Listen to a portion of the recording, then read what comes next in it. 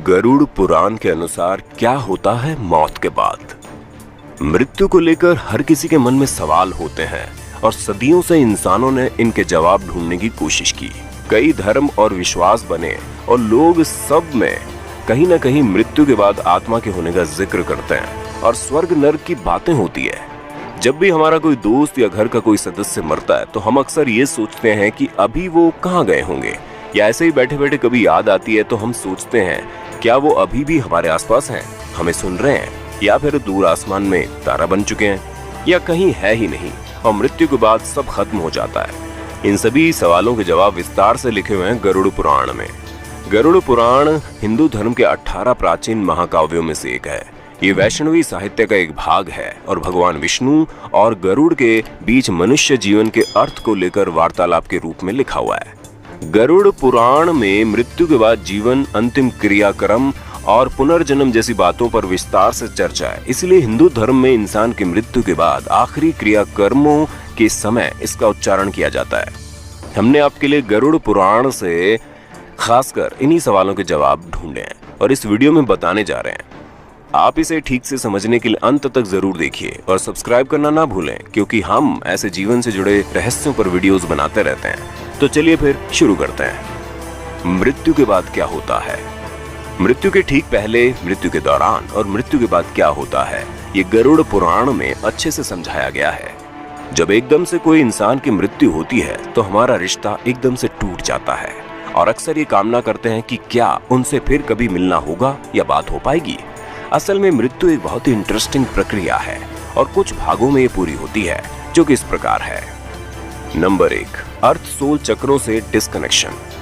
मौत से लगभग 4-5 घंटे पहले इंसान के पैरों के नीचे स्थित अर्थ सोल चक्र अलग हो जाते हैं, जिसका मतलब है धरती की सतह से संबंध टूट जाता है।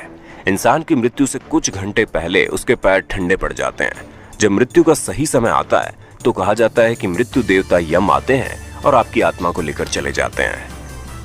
नंबर 2, एस्ट्रल कोड टूट जाता है। जब मृत्यु होती है तो एस्ट्रल कोड टूट जाता है, जो कि एक तरह से शरीर और आत्मा के बीच का कनेक्शन है। इस कोड के कटने से आत्मा शरीर से मुक्त हो जाती है और शरीर से बाहर और ऊपर निकल जाती है। अगर इतने लंबे समय तक शरीर में बने रहने की वजह से आत्मा को उसे छोड़ने में मुश्किल आती है तो वो छोड़ने से मना करती है। वो शरीर से निकलकर वापस घुस जाती है और इधर उधर गति करती है। हमें ये मरने के बाद चेहरे, हाथ या पैरों के मामूली हिलने से पता चलता है। जैसे हमारे लिए किसी की मृत्यु को स्वीकार करना मुश्किल होता है, वैसे ही आत्मा भी शरीर की मृत्यु को मानने से इनकार कर देती है और तब भी जिंदा रहने का एहसास रहता है। लेकिन एस्ट्रल कोड टूटने से ये शरीर से अलग हो चुकी होती है और वो वहां नहीं रह सकती। उसे शरीर से निकलकर ऊपर की तरफ जाना ही होता है, क्योंकि कोई चुंबकीय बल होता है जो उसे ऊपर की तरफ खींचता है। नंबर 3, भौतिक शरीर का अंत। इस चरण में आत्मा को उस कमरे में मौजूद लोगों के विचार एक शोर की तरह सुनाई देते हैं। वो चाहे उसके घर वाले हों या कोई भी, आत्मा उन सब से बात करने की कोशिश करती है और चिल्ला चिल्ला कर कहती है कि मैं अभी मरा नहीं हूं, लेकिन उसे कोई नहीं सुन सकता। धीरे धीरे आत्मा को एहसास होता है कि वो शरीर मर चुका है और वापसी का कोई तरीका नहीं है। इस चरण में आत्मा लगभग 12 फीट या कहो कि छत की ऊंचाई पर तैर रही होती है और आसपास हो रहा सब कुछ सुनती और देखती है। नंबर 4, शरीर से छुटकारा। जब अंतिम क्रियाक्रम हो जाता है तो आत्मा मान लेती है कि उसका इस धरती पर रहने का माध्यम खत्म हो चुका है और वह शरीर जो उसने इतने सालों तक अपना रखा था अब पंच तत्वों में लीन हो चुका है।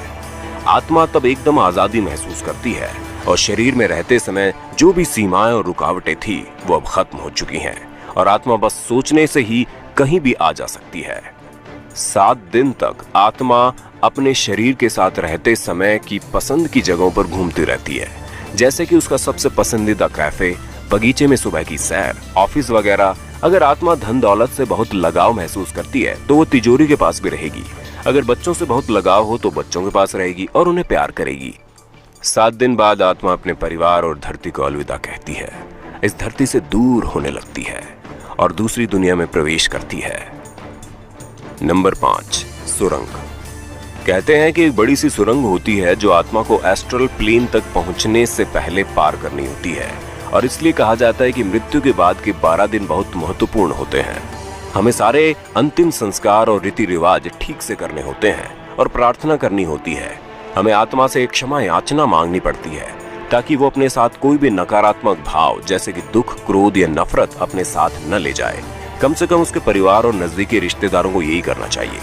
ये सारे रीति रिवाज, प्रार्थनाएं, सकारात्मक ऊर्जा आत्मा के लिए भोजन का काम करती है और उसे आगे की यात्रा में मदद करती है। उस सुरंग के अंत में बहुत तेज रोशनी होती है जो ये दर्शाती है कि वो एस्ट्रल वर्ल्ड में प्रवेश कर रही है। लेकिन अगर उसके घर वाले रीति रिवाज और प्रार्थना नहीं करते तो आत्मा सुरंग को पार नहीं कर पाती और फिर यही धरती पर फंस जाती है। वो ना तो एस्ट्रल प्लेन तक पहुंच पाती है और ना ही धरती पर कोई शरीर में होती है, इसलिए धरती पर ही भटकती रहती है। इसलिए किसी की मृत्यु के बाद भी उसके परिवार को अपनी जिम्मेदारी अच्छे से निभानी चाहिए और उसकी आत्मा को अंतिम यात्रा में मदद करनी चाहिए। नंबर 6, पूर्वजों से मिलाप। मृत्यु के बाद 11वें और 12वें दिन हिंदू सभ्यता में लोग होम, प्रार्थनाएं और रीति रिवाज करवाते हैं, जिससे आत्मा अपने पूर्वजों, नजदीकी दोस्तों, रिश्तेदारों और मार्गदर्शकों से मिलती है। पहले से मृत पूर्वज उसका ऊपरी दुनिया में स्वागत करते हैं और गले लगाते हैं, जैसे हम धरती पर अपने दोस्तों और परिवार को बहुत समय बाद मिलने पर लगाते हैं। उसके बाद आत्मा अपने मार्गदर्शकों के साथ धरती पर पूरी की हुई जिंदगी को महान कार्मिक बोर्ड की मदद से गहनता से परखा जाता है। यहीं पर एक दिव्य प्रकाश की उपस्थिति में पूरा जीवन देखा जाता है। नंबर 7, जीवन का सार। यहाँ पर कोई जज नहीं होता और ना ही कोई भगवान। आत्मा खुद ही अपनी जिंदगी की समीक्षा करती है, जैसे पूरी जिंदगी वो दूसरों को जज करती थी। आत्मा अपने साथ हुए बुरे के लिए क्रोधित होती है और बदला लेने की इच्छा रखती है। किसी का जो बुरा किया है उसके लिए पछताती है और उसके लिए खुद ही सजा मांगती है। जैसे कि आत्मा शरीर से और अपने मैं से नहीं जुड़ी होती, इसलिए आखिरी फैसला उसके अगले जीवन का आधार बनता है और इसी आधार पर आत्मा ही अगले जीवन के लिए रूपरेखा तैयार करती है, जिसे ब्लूप्रिंट कहते हैं। हर घटना और मुसीबतें जो झेलनी होगी और हर चेतावनी जिसका सामना करना होगा इस एग्रीमेंट में लिखी जाती है। यहाँ तक कि आत्मा उम्र, व्यक्तित्व और हालात भी खुद ही चुनती है। उदाहरण के लिए किसी इंसान ने पिछले जीवन में किसी की बेरहमी से हत्या की और मरने के बाद जीवन की समीक्षा करते हुए उसे बहुत पछतावा हुआ और उसकी सजा खुद को देने के लिए आत्मा अगले जीवन में खुद की किसी बीमारी से ग्रस्त होने का दर्द देती है या अन्य कोई भी मुसीबत जिससे उसको अपने किए के लिए सजा मिले। खुद को खुद ही जज करके आत्मा ब्लूप्रिंट बनाती है। जितना ज्यादा पश्चाताप होगा, आत्मा खुद को अगले जन्म में उतनी कठिन सजा देती है। इसलिए कुछ गलत करने पर किसी को माफ करना और किसी से माफी मांगना बहुत जरूरी है और हमें अपने जीवन में इसे अपनाना चाहिए। अपने विचारों और भावों को शुद्ध रखना चाहिए क्योंकि हम उनको मृत्यु के बाद भी लेकर जाते हैं, क्योंकि वो हमारे कार्मिक बोर्ड पर छप जाते हैं। जब अगले जन्म का ब्लूप्रिंट तैयार हो जाता है तो कुछ समय खाली होता है, जिसे कूलिंग पीरियड कहते हैं। नंबर 8, पुनर्जन्म। एग्रीमेंट में हमने जो चुना है हम उसी हिसाब से जन्म लेते हैं। हम खुद ही अपने माता पिता चुनते हैं और माँ के गर्भ में या तो एग फॉर्मेशन के समय या चौथे 5वें महीने में प्रवेश कर जाते हैं, कभी कभी तो जन्म से एकदम पहले भी। ये ब्रह्मांड इसी तरह से डिजाइन किया गया है और हमारे जन्म के स्थान और समय से हमारी कुंडली बनती है, जो कि जिंदगी का ब्लूप्रिंट होती है। कभी कभी हमें लगता है कि हमारी किस्मत खराब है और हमारे ग्रहों में दोष है, लेकिन असल में वो बस आपके ही एग्रीमेंट का हिस्सा है। दोबारा जन्म के बाद अगर 40 दिन तक बच्चे को अपना पिछला जन्म याद रहता है और वो उसे याद करके अकेला होते हुए भी रोता है और हंसता है, उसके बाद पिछले जन्म की सारी याददाश्त चली जाती है और हम जिंदगी ऐसे जीते हैं जैसे हम पहले कभी थे ही नहीं। तो ये है जीवन और मृत्यु का सार, जैसे कि गरुड़ पुराण में लिखा है। अगली बार जब किसी दुख या समस्या के लिए भगवान या किस्मत को दोष दो तो याद रखना ये सब आपने ही चुना है और आपको ये स्वीकार करके उनका हिम्मत से सामना करना चाहिए और अगले जन्म में अच्छा हो सके उसके लिए अच्छे कर्म करें, सबसे प्यार से पेश आए। आपके घर वाले, दोस्त या हर कोई जो भी जीवन में आता है वो बस अपना किरदार निभा रहे हैं उस फिल्म में जो आपने ही लिखी है और डायरेक्ट भी की है। इसलिए हम कभी मरते नहीं हैं, ये सफर चलता रहता है और हम दोबारा मिले इसके बीच में एक लंबा ब्रेक हो सकता है और कुछ नहीं।